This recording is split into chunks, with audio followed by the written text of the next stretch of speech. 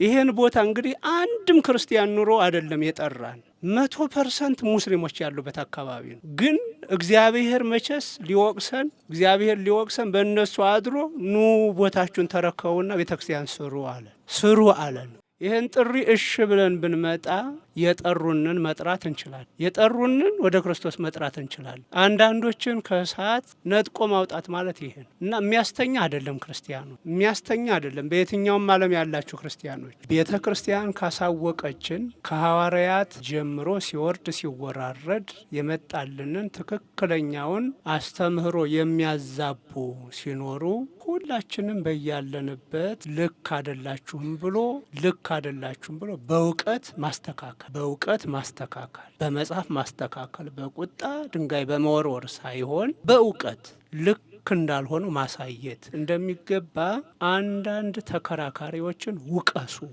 ማንም ሐዋርያ ማንም አስተማሪ አይደለም ይሄን አስተምሮ ያስተካከል ራሱ እግዚአብሔር መንፈስ ቅዱስ ነው።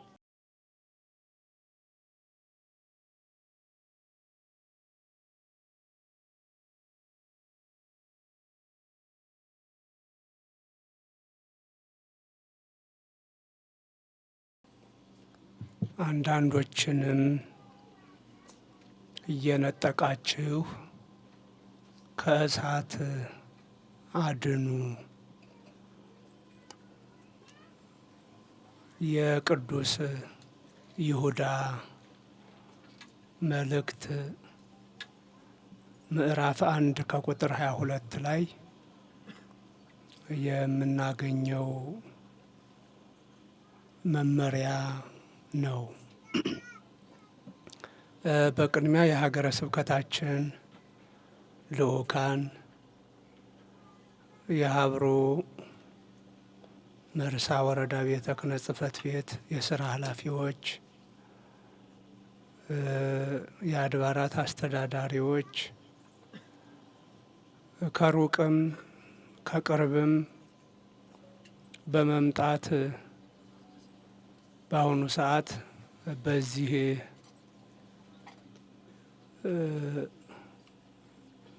ታሪካዊ ቦታ የታሪክ ቀን የተገኛችሁ አባቶቻችን፣ ወንድሞቻችን፣ እናቶቻችን እና እህቶቻችን በልዑል እግዚአብሔር ፍጹም ሰላም እንደምን ሰነበታችሁ? አሜን። ሁላችንንም በረድኤት ያልተለየን በመለኮታዊ ጥበቃውም የጠበቀን የሁላችን አስገኝ መጋቢና ጠባቂ አምላካችን እግዚአብሔር በድጋሚ ይመስገን። አንዳንዶችንም እየነጠቃችሁ ከእሳት አድኑ። እንደነገርኳችሁ ይህን ቃል ወይም ይህን አረፍተ ነገር የጻፈልን በዚህ አረፍተ ነገር ትልቅ ሃይማኖታዊ ግዴታችንን እንድንወጣ ያዘዘን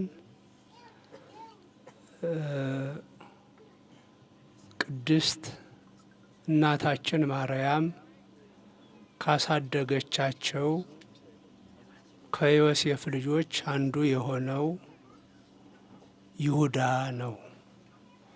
ያው ብዙ ጊዜ ይሁዳ ተብሎ ጥሩ ሰው ይገኛል ብለን አናስብም።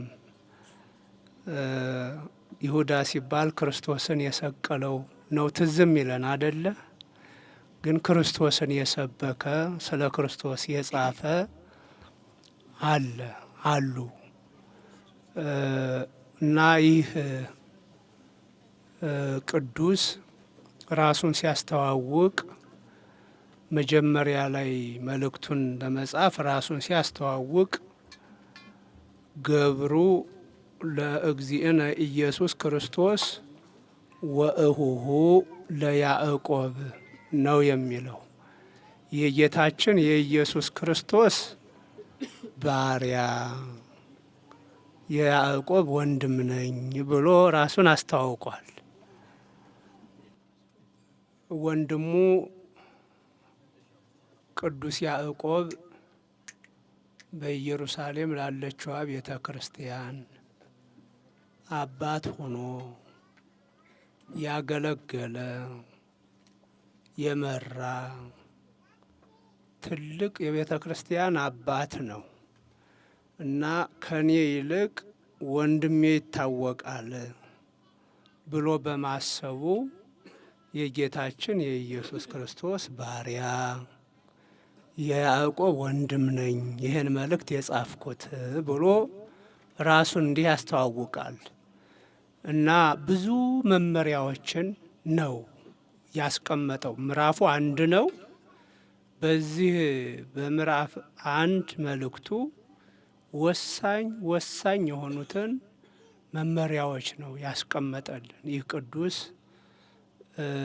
አገልጋይ ይሁዳ እና ከኒህ መካከል ከመመሪያዎቹ መካከል አንዳንድ ተከራካሪዎችን ውቀሱ፣ አንዳንዶችንም እየነጠቃችሁ ከእሳት አድኑ ይላል። ክርስቲያናዊ ግዴታችንን እንድንወጣ በክርስትና ሕይወት ላለን ሁኔታዎች ተመቻችተውልን በተሻለ የክርስትና ሕይወት ለምንኖር የሰጠው መመሪያ ነው እና 2 ነገሮችን ነው። አላስፈላጊ ክርክር የሚያነሱትን አላስፈላጊ የስህተት ትምህርትን የሚያሰራጩትን በእውቀት ውቀሱ፣ ምከሩ፣ ልክ አይደላችሁም በሉ ማለቱ ነው። ይሄ የሁሉም ነው፣ የጥቂት ሰዎች አደራ እንዳይመስለን። የምናምነውን አምላካችንን እግዚአብሔርን በሚገባ ማወቅ፣ ስለ ቤተ ክርስቲያናችን ተገቢውን ግንዛቤ መያዝ፣ ስለ ቤተ ክርስቲያናችን ስርዓት፣ ስለ ቤተ ክርስቲያናችን ታሪክ፣ ትውፊት የሚገባውን ሁሉ ማወቅ። ቤተ ክርስቲያን ካሳወቀችን ከሐዋርያት ጀምሮ ሲወርድ ሲወራረድ የመጣልንን ትክክለኛውን አስተምህሮ የሚያዛቡ ሲኖሩ ሁላችንም በያለንበት ልክ አይደላችሁም ብሎ በእውቀት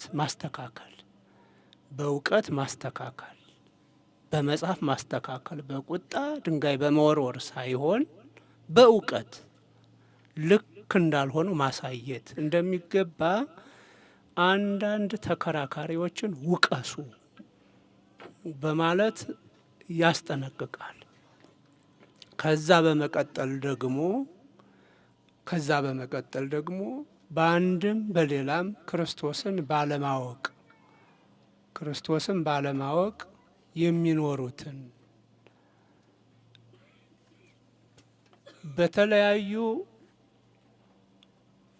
አሳሳች አስተማሪዎች ተነጥቀውም ይሄዱ ካሉ እነሱ ያሉት እሳት ውስጥ ነው።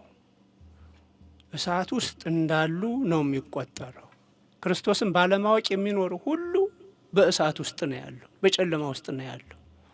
ክርስቶስን ባለማወቅ የሚኖር ሁሉ እና ይሄ ሰው ምን አለ ደግሞ የስህተት ትምህርት የሚያስተምሩትን ውቀሱ፣ አስተካክሉ እና በቂ እውቀት ይኖራችሁ፣ ለቤተ ክርስቲያናችሁ አጥር ቅጥር ሁኑ ለእምነታችሁ ካለ በኋላ ከዛም ባለፈ ደግሞ አንዳንዶችን እየነጠቃችሁ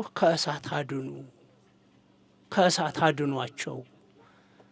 ክርስቶስን ባለማወቅ ያሉትን፣ ክርስቶስን ባለመረዳት ያሉትን፣ ወደ ክርስትና ያልመጡትን ከእሳት ነጥቆ የማውጣት ያህል ነው ክርስቶስን ካለማወቅ ሕይወት ማውጣት እና ክርስቶስን እንዲያውቁ አድርጉ ማለቱ ነው እና ይህ የሁላችንም የክርስቲያኖች ተልእኮ ነው። የሁላችንም የክርስቲያኖች አደራ ነው እና እግዚአብሔር በራሱ ፍንጭ ሲያሳየን፣ ምልክት ሲያሳየን ተሰብስበናል እንጂ ይህን ቦታ የመመለስ የማስከበር ስራ የሰራው ራሱ እግዚአብሔር ነው። እየሰማችሁ ነው አይደል? ቅድም እንደሰማችሁት እንግዲህ ይህ ቦታ ቤተ ክርስቲያን ተሰርታ የነበረችበት በአጼ ዮሐንስ ዘመነ መንግስት። ይሄ ማለት እንግዲህ ምናልባት የታሪክ ሰዎች ታስተካክሉናላችሁ። አጼ ቴዎድሮስ በ1860 አካባቢ ነው እንግዲህ ከዚህ ዓለም የተለዩት። ከሳቸው ቀጥለው እስከ 80 ዓመተ ምህረት 1880 ዓመተ ምህረት ድረስ ሀገራችንን ያስተዳደሩት የመሩት አጼ ዮሐንስ ናቸው። ይህ ቤተ ክርስቲያን ተተክሎ የነበረው በዚህ ክፍለ ዘመን ውስጥ ነው። እንግዲህ ይሄ ሲቆጠር ወደ 130ዎቹ ወደ 40ዎቹ እየተጣጋ ነው ማለት ነው። እስከ ተወሰነ ጊዜ ከሄደ በኋላ ማለት ቢያንስ ለ80 ዓመታት ያህል ክርስቲያኖች እየተማጸኑበት እየተወለደ ክርስትና እየተነሳበት ቤተ ክርስቲያን ሆኖ ሲያገለግል ከኖረ በኋላ በአንድም በሌላም ምክንያት የክርስቲያኖች ቁጥር አንሶ ብቻ ሳይሆን 100% ጠፍቶ ለ50 ዓመት ያህል ደግሞ ምድረ በዳ ሆኖ መኖሩን ነው ቅድም በታሪኩ የሰማ ነው እና እንዲህ እየኖረ እያለ ጥሪ ያደረጉት ጥንት ስር መሰረታቸው ክርስቲያን የነበሩ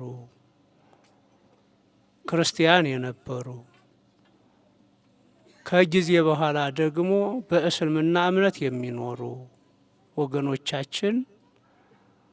ወገኖቻችን ከዚህ ቦታ ላይ ህንጻ ቤተ ክርስቲያኑ ከፈረሰ በኋላ የእግዚአብሔር ስም መጠራት ከቆመ በኋላ የምድራችን ፍሬ ቀንሶብናል፣ የላሞቻችን ወተት ቀንሶብናል። ቤተ ክርስቲያን የነበረበት ቦታ ላይ የሰፈርነው በራሳችን ለቀን ቦታውን ለቤተ ክርስቲያን መመለስ አለብን ብለው መከሩ ነው አይደል? ማንም ሐዋርያ ማንም አስተማሪ አይደለም ይሄን አስተምሮ ያስተካከለው ራሱ እግዚአብሔር ነው። ራሱ እግዚአብሔር መንፈስ ቅዱስ ነው።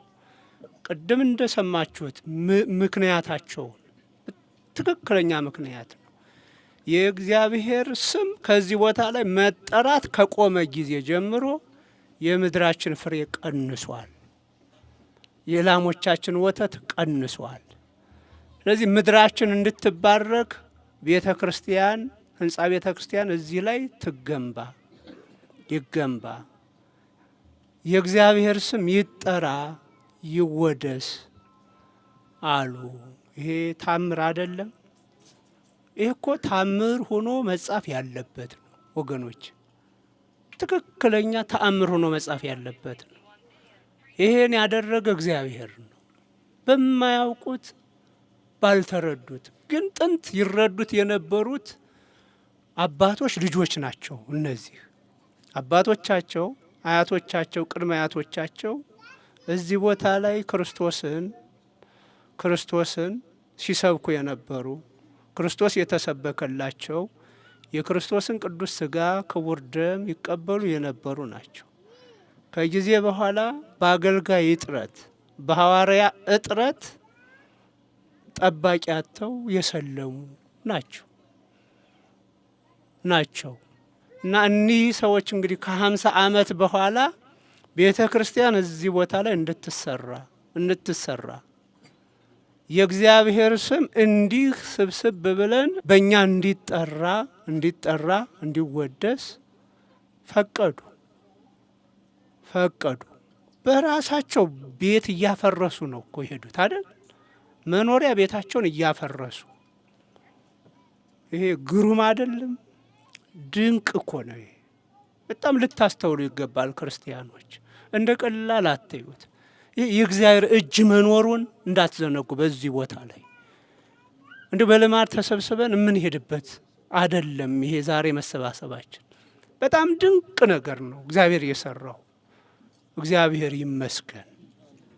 ይመስገን።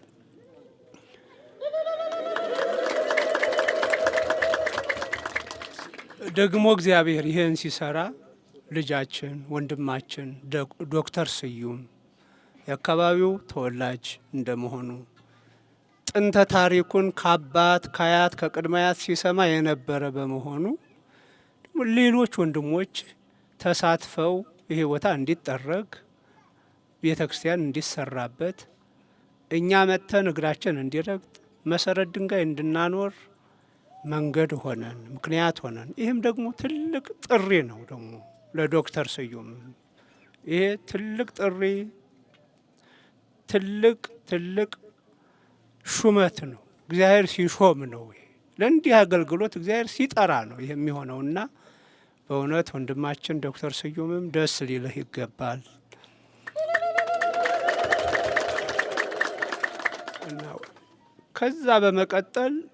ከዛ በመቀጠል ደግሞ ከሱ ጋር ሆናችሁ ይህን ትልቅ ስራ የሰራችሁ ወንድሞቻችን ቅድም ስማችሁ በሪፖርት ላይ የተጠቀሰው ሁሉ ልትመሰገኑ ይገባል። ደስ ሊላችሁም ይገባል። ከምንም በላይ እንግዲህ ቅድም እንደሰማችሁት መላከማዊ ቄስ ብሩ ታሪክ ጠባቂ ሆነው ነው የቆዩት። ከአባቶቻችን ታቦቱን ተቀብለው በመያዝ በመንከባከብ መጻሕፍቱን ተረክበው ጠብቀው በማቆየት ሌላ ደብር ላይ ሆነው እንግዲህ ይህም ሌላ መጠራት ሌላ መታደል ነውና እሳቸውንና ቤተሰቦቻቸውንም እዛ ሆሞ ቅዱስ ጊዮርጊስ ደብረመዊ ሆሞ ቅዱስ ጊዮርጊስ ያሉትንም ምእመናን ጭምር ልናመሰግናቸው ይገባል።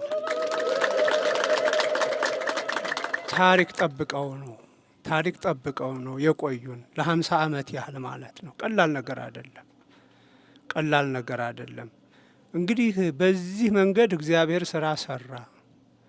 ይሄን ቦታ እኛ መተን ሰብከን እኛ አስተምረን ይመለስልል ብለን ተሟግተን አላገኘ ነው። ራሱ እግዚአብሔር ብቻ ነው ይሄን ቦታ ያስረከበን። በጣም ልናስተውል ይገባል።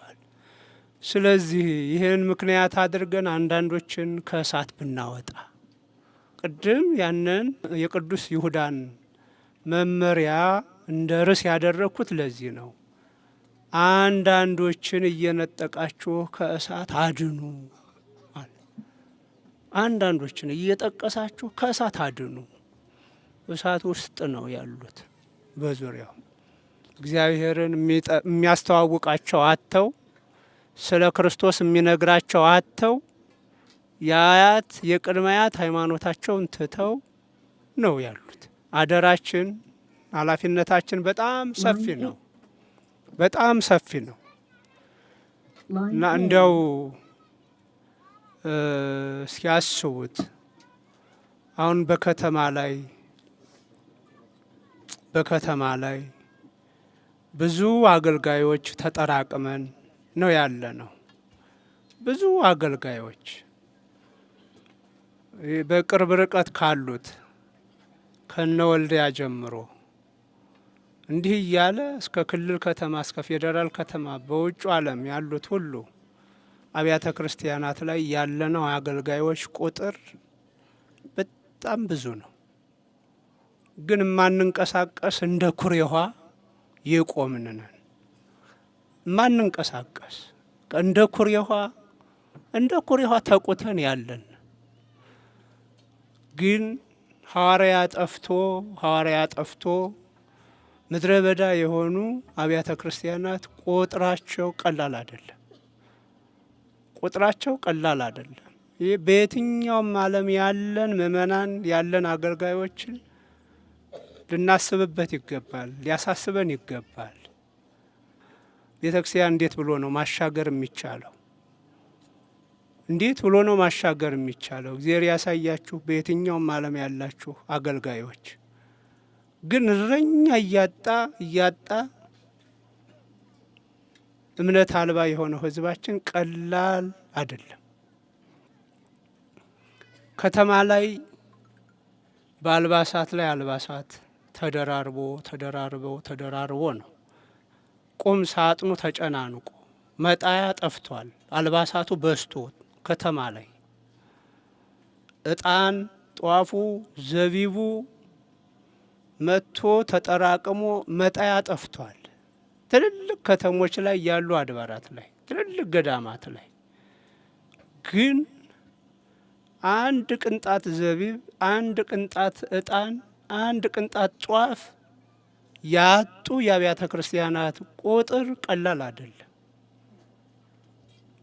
አይደለም እና ይሄ ባለበት በየቀኑ ወነአምን በአሐቲ ቅድስት ቤተ ክርስቲያን እንተ ላይ ለኩሉ ጉባኤ ዘሐዋርያት ብሎ መናገር ያስኬዳል ወይ? ምን ማለት ነው? ሐዋርያት በሰበሰቧት ከሁሉ በላይ በሆነች በአንዲት ቅድስት ቤተ ክርስቲያን እናምናለን ይላል ብዙ። ይህ ሁሉ ሰው በአንዲት ቅድስት ቤተ ክርስቲያን እናምናለን።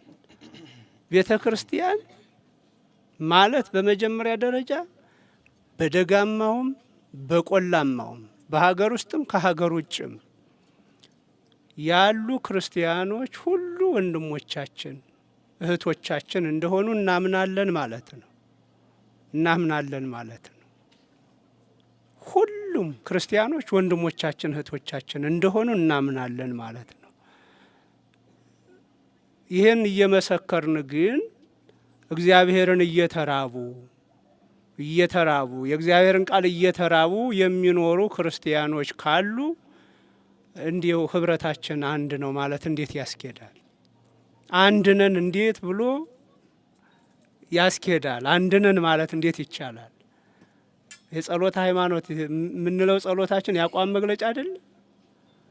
እና በሱ አንዱ አንቀጽ ይሄ ነው። እንግዲህ በ381 ዓመተ ምህረት ቁስጥንጥንያ ላይ ያሉት 150 ሊቃውንት እንዳስቀመጡልን ያን ይዘን ሐዋርያት በሰበሰቧት ከሁሉ በላይ በሆነች በአንዲት ቅድስት ቤተ ክርስቲያን እናምናለን እንላለን። በየትኛውም ቦታ ያለን ግን ያን ህብረት ካመንበት የእግዚአብሔርን ቃል አጥቶ እየወደቀ ያለ እየጠፋ ያለ ክርስቲያን ቁጥር ቀላል አይደለም። በአንዲት ቤተ ክርስቲያን እናምናለን ሲባል ደግሞ በህንፃውም ጭምር ነው። በጭራሮም በቡለኬትም ይሁን በጭቃም ይሁን በድንጋይም ይሁን በወርቅ በእንቁም ይሁን የተገነባቸው ቤተ ክርስቲያን አንዲት ናት። ምክንያቱም በወርቅ ከተገነባውም ቤተ ክርስቲያን ላይ፣ በእንቁ ከተገነባውም ቤተ ክርስቲያን ላይ፣ በድንጋይ ከተገነባውም ቤተ ክርስቲያን፣ በእንጨት በጭራሮ በጭቃ ቆርቆሮ በቆርቆሮ በተገነባውም ቤተ ክርስቲያን የሚመለከው ማን ነው? አንድ እግዚአብሔር አብ፣ እግዚአብሔር ወልድ፣ እግዚአብሔር መንፈስ ቅዱስ ነው። አንድ የሚያስብለን ይሄ ነው። ስለዚህ እግዚአብሔር የሚመለክባት በጭራሮ ያለችዋ ቤተ ክርስቲያን ያ ጭራሮውም እየፈረሰ ያ ጭቃውም እየፈረሰ እንዲህ ስትቀር አንድነታችን ምኑ ላይ ነው? ወነአምን በአሐቲ ቅድስት ቤተ ክርስቲያን ብሎ መናገር እንዴት ያስኬዳል? ስለዚህ አንዳንዶችንም እየነጠቃችሁ ከእሳት አድኑ እንደተባል ነው። በየትኛውም የዓለም ክፍል ያለን ክርስቲያኖች፣ በተለያዩ ከተሞች ያለን ክርስቲያኖች ቁጥራችን በዝቶ ያለን ክርስቲያኖች እንዲህ ሐዋርያ አገልጋይ አጥተው እየጠፉ ያሉ የክርስቲያኖች ቁጥር ቀላል አይደለም። ይሄን ቦታ እንግዲህ አንድም ክርስቲያን ኑሮ አይደለም የጠራን 100% ሙስሊሞች ያሉበት አካባቢ ነው። ግን እግዚአብሔር መቼስ ሊወቅሰን በእነሱ አድሮ ኑ ቦታችሁን ተረከቡና ቤተክርስቲያን ስሩ አለን። እንግዲህ ይህን ጥሪ እሺ ብለን ብንመጣ የጠሩንን መጥራት እንችላለን። የጠሩንን ወደ ክርስቶስ መጥራት እንችላለን። አንዳንዶችን ከእሳት ነጥቆ ማውጣት ማለት ይሄ ነው እና የሚያስተኛ አይደለም። ክርስቲያኖች የሚያስተኛ አይደለም። በየትኛውም ዓለም ያላችሁ ክርስቲያኖች አስራታችሁን፣ በኩራታችሁን፣ ቀዳማያቱን በስነ ስርዓት አውጥታችሁ በተጠና መንገድ ቤተ ክርስቲያንን ብታስከፍቱበት ቁጥራችን ቀላል አልነበረ። የመገነዛዘብ ችግር ገጥሞን ነው እንጂ የአቅም ችግር አልነበረ። አስራታችንን የት እንደምንከፍለው አናውቅ። ሁሉ ዝም ብሎ ይበላዋል። ወይ በልአ ኩሉ ኃላፊ ፍኖታል፣ እንደው መንገደኛ ሁሉ ይበላታል እንደተባለ የእኛን ምእመናን አስራት በኩራት መንገደኛ ሁሉ ነው የሚቀማት፣ የሚወስደው፣ የሚለቅመው። ግን በተጠና መልኩ በተሰላ መልኩ የእግዚአብሔር ስለሆነ አስራት ማለት ዝም ብለን የምንወረውረውን የምንቸገረኝ ብለን የምንጥለው ገንዘብ ሳይሆን የእግዚአብሔር ገንዘብ እንደመሆኑ መጠን የት ላይ ነው የእግዚአብሔር ቤት ችግር ያለው ብለን አስበን እንዲህ ምድረ በዳ እየሆኑ ያሉትን አካባቢዎች ብንቃኝበት፣ ብናቋቁምበት፣ ከእሳት ውስጥ እየነጠቅን ነፍሳትን ብናተርፍበት መልካም አይሆንም ወይ? አዎ፣ በጣም ልናስብበት ይገባል። መልካም የሚሆነው ይሄ ነው እና በዚህ መንገድ በእውነት ልንደራጅ ይገባል፣ ልናደራጅ ይገባል። ወገኖቻችን ትልቅ ኃላፊነት ነው ያለብን። እንግዲህ እንደ ሰሜን ወሎ ሀገረ ስብከት የአማንያን ቁጥር በእጅጉ ያነሰበት ወረዳችን ሀብሮ መርሳ ነው እና ይሄ የሁላችንንም እይታ ይፈልጋል፣ ትኩረት ይፈልጋል። 5 ምእመናን ያሉበት አለ። ስለዚህ በጣም ልንረባረብ ይገባል ወገኖቻችን ለማለት ነው። ዛሬ ያደረጋችሁት ርብርብ ቀላል አይደለም። ይችን ቤተ ክርስቲያን መቃኞ ለመስራት ብዙ የሀሳብም የገንዘብም የጉልበትም አስተዋጽኦ ያደረጋችሁ ወገኖቻችን፣ አሁን እናንተ የአንድ ወር ማስቀደሻ እያላችሁ ቃል ገብታችኋል። ከዛም አልፎ ደግሞ አሜሪካ ያሉ ወንድሞቻችንን፣ አውሮፓ ያሉ ወንድሞቻችንን፣ በትልልቅ ከተሞች ያሉ ነጋዴዎች ወንድሞቻችንን እህቶቻችንንም በየቤተሰባችን ማስረዳት ብንችል፣ ይሄ ብቻ አይደለም የተቸገረው እዚህ ወረዳ ላይ ማለት ነው። ብዙ አብያተ ክርስቲያናት አሉና በደንብ እየተደራጀን በወረዳው በኩል ድጋፍ ብናደርግ፣ ወረዳው ደግሞ እያመጣጠነ ቢያስተዳድርልን ትልቅ ነገር ነውና ይሄን ብናደርግ። እንዲህ አይነት ቦታዎች ስንት ናቸው? 100% ክርስቲያን የጠፋባቸው፣ ዝም ብሎ ቤተ ክርስቲያኑ ቆሞ የቀረበት፣ ቤተ ክርስቲያኑም የፈረሰበት የት ነው የሚለውን ስንት ነው የሚለውን፣ ቤተ ክርስቲያኑም ኑሮ ደግሞ በቁጥር አንሰው 1 ምእመን 2 ምእመናን ያሉባቸው አብያተ ክርስቲያናት ስንት ናቸው የሚለው በእርግጥ የተጠና ነው። እንዴት እናስተዳድራቸው የሚለውን ደግሞ ስልት አውጥተን በደንብ አድርገን መስራት አለብን። በተለይ ከዚህ ወረዳ ላይ ወደ 21 የሚሆኑት አብያተ ክርስቲያናት በቃ ሰው የሌላቸው ናቸው ሀብሮ መርሳ ላይ እና እንቅልፍ የሚያስይዝ አይደለም።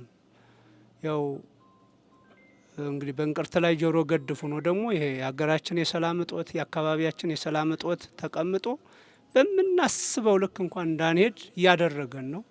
ሆኖም ግን የእኛ የአገልግሎት ዘመን ይሄ ነው። በተቻለ መጠን እንደነገ ሳንል ዛሬ ላይ ተግተን አብረን መስራት ይኖርብናል። እንደው እንደ ሀገረ ስብከት አሁን እዚህ ቦታ ላይ ይሄን እናደርጋለን ከምል በወረዳው በኩል ለጊዜው 100 ሺህ ብር እንልካለን። ወረዳ ቤተ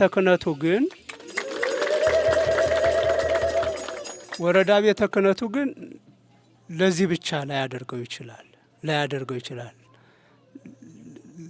ለባሰባቸው አሁን ምናልባት ለ1 ዓመት እዚህ ላይ የተወሰነ ነገር አግኝተናል። ወንድሞቻችን ተረባርባቸዋል። ያልሄድንባቸው ቦታዎች አሉ።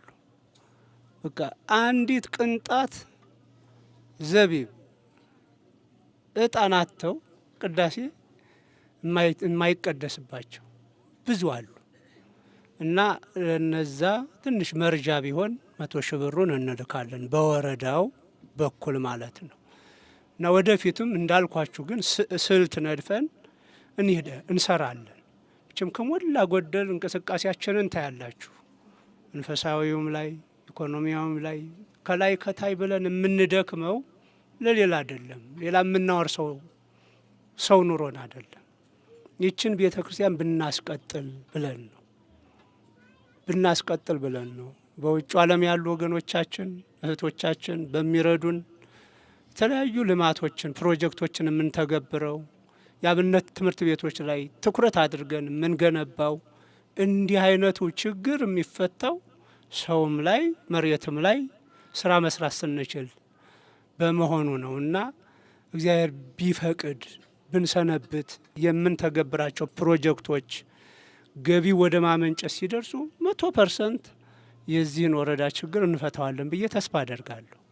ግን እስከዛ ድረስ የሁላችንም ትብብር እንዲኖር አደራ እያልኩኝ እስካሁን ባደረጋችሁት በጎ አድራጎት ባደረጋችሁት ክትትል ሁላችሁንም በቅድስት ቤተ ክርስቲያን ስም አመሰግናለሁ።